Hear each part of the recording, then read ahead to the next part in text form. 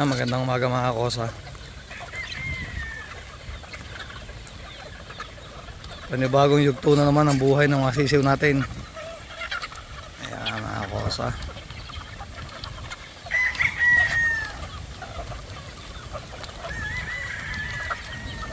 Healthy sila sa hawa ng Diyos.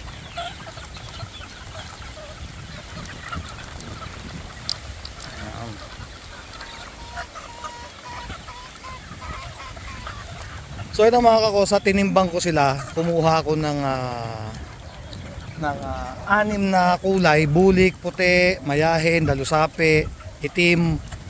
Kumuha ko, tinimbang ko sila. Kasi ito ay 3 months nila sa sa February 1, 3 months sila. So gusto kong malaman kung anong timbang nila. No? Gusto kong malaman kung anong timbang nila para after 5 days, Borge, kunin mo to. May dugo sa puwet, yan ay tinuka. Yan yung babae yan. Sayang, makamamatay. Yan mga kosa, ilangatan yung mga ganyan. Tulad yan, may tuka sa puwet. Yan. Sarap mo. Yan. Yan, ingatan yung mga kosa. Dahil kasi, pwedeng mamatay ang manok nyo dyan pag ganyan. Tinutuka nila sa puwet dahil siyempre yung mga naglulugon. Yan, pakita ko sa inyo. Pakita mo. Mga kosa, ingatan nyo yan, tinutuka ko. Ayan mga kosa. Okay. So balik tayo sa kwentuhan natin. So mga kosa, ang ginawa ko, tinimbang ko sila sa February 1, 3 months old. So ang ginawa ko, humuli ako ng 6 na kulay. Yung 6 na kulay nga tinimbang ko, baka mamaya kasi mapa-oversize sila dahil isipin mo wala pa silang 3 months, no? Meron timbang na 1107, napakalaki na nun. Wala pang 3 buwan, ang timbang niya 1107.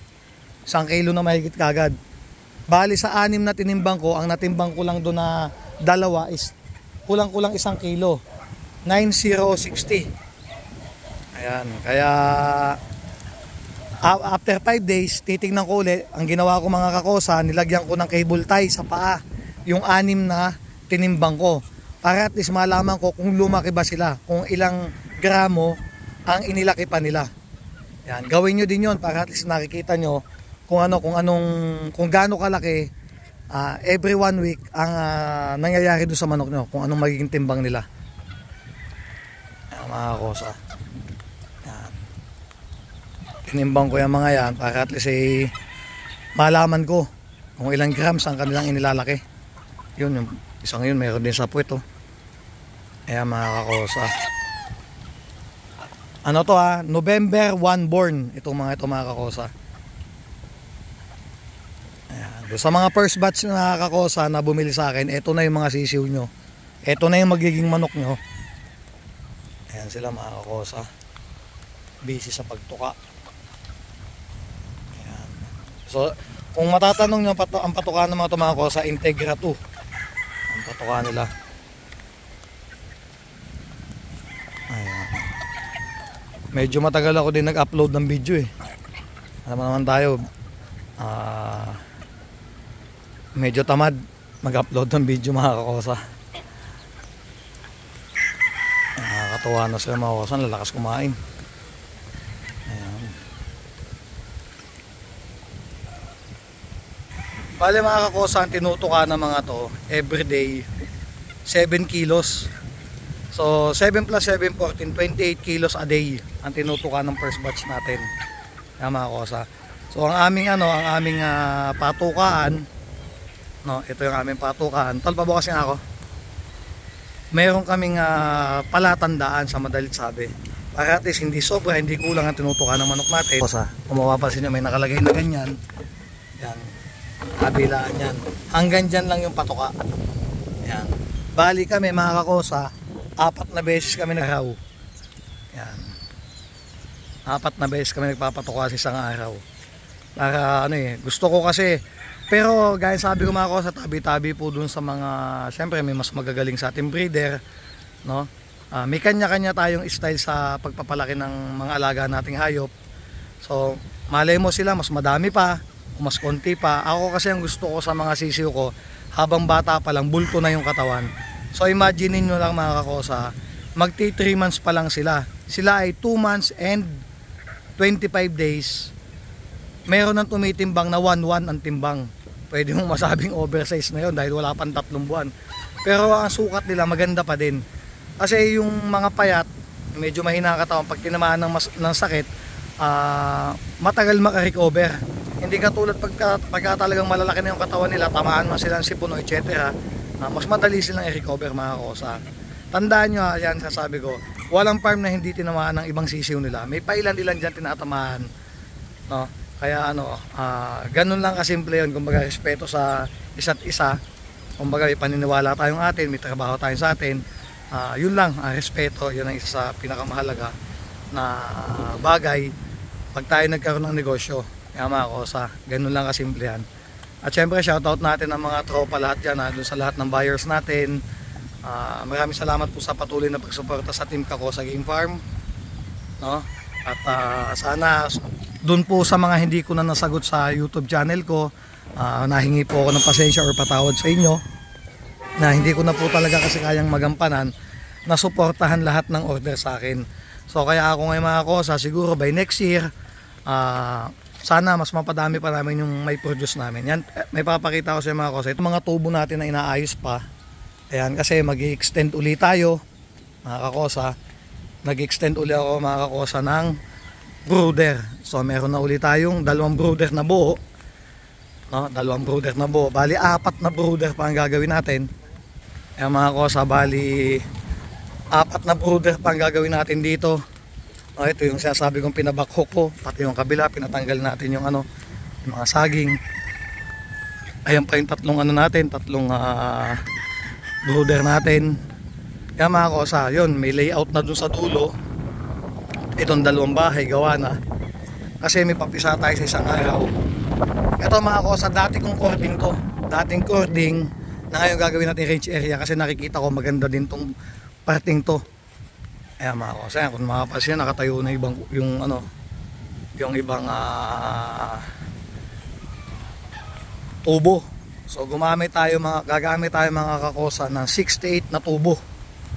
Pambakod yan. Nakaano yung pambakod. Ayan yung kanilang mga tubo. So ayan. Ayan. Nakaabang na yung net natin. Nakaabang na itong net natin.